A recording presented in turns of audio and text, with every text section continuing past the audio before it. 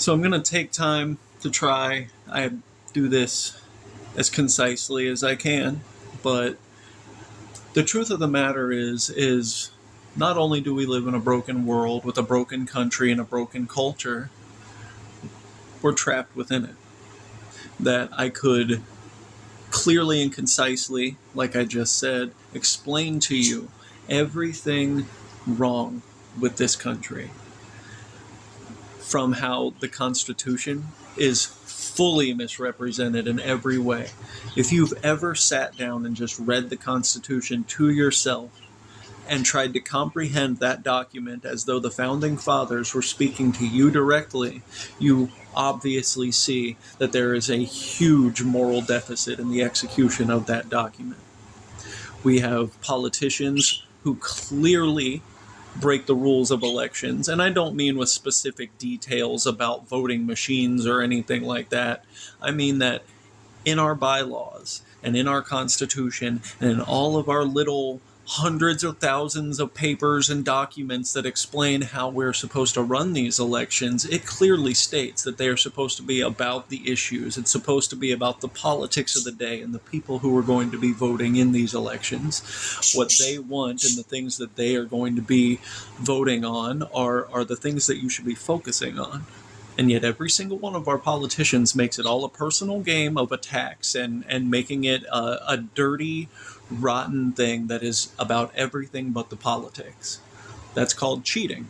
And just because we've become okay with it and we've got this like mass malaise that says, it happens and what are you going to do? It exists. What are we going to do? So because you think that there's nothing you can do, you just do nothing. And that's how we got to where we are now.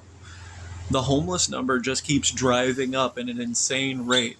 We're watching people build huts in the gutter, like right on the main thoroughfare of the city, simply so they have somewhere to sleep because they're mad at the world. The world set them up for something that could not be executed.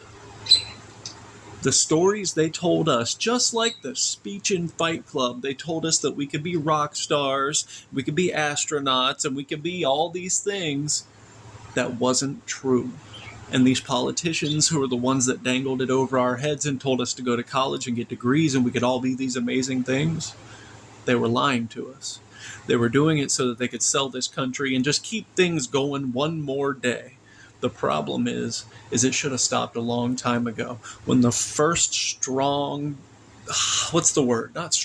first powerful person took that document, the Constitution, and began perverting it to their personal wants and needs. The very first time that happened, and it started to be executed within this country, that was the death of our founding fathers and the legacy in which they had left for us.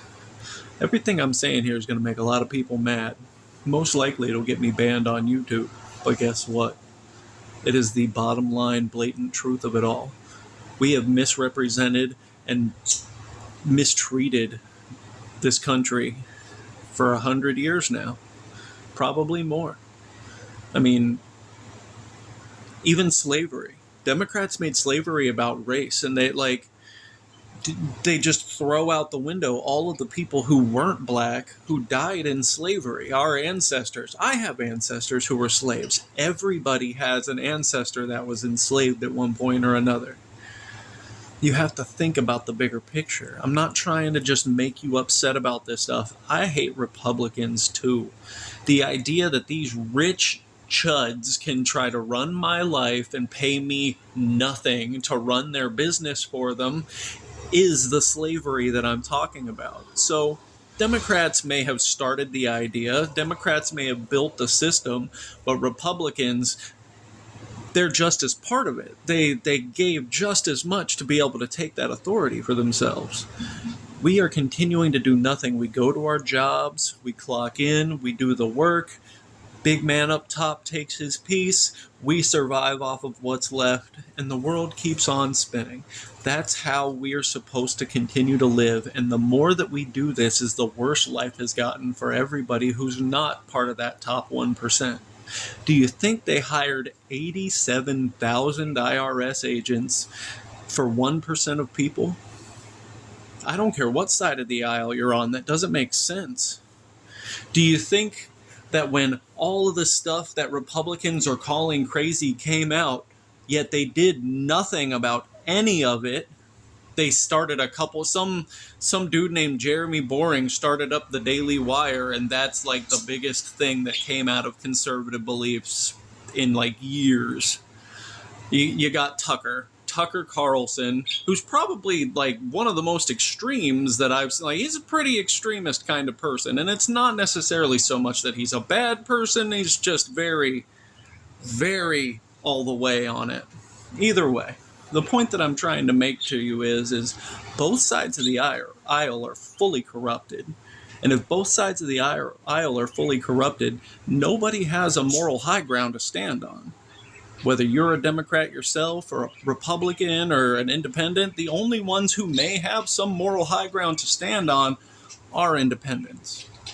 So do yourself a favor. Before you start saying you're Republican or you're Democrat, or before you start fighting for those two parties, think of a party that means something to you, make it the party of you, and then see which one of their parties lines up with your beliefs the most. Make them work with you. And if they're not going to work with you, they don't get your vote. That's the way it should have been all along. And the minute somebody starts using personal attacks to try and win an election because they've got no real core value, just stop listening and definitely don't give them your vote.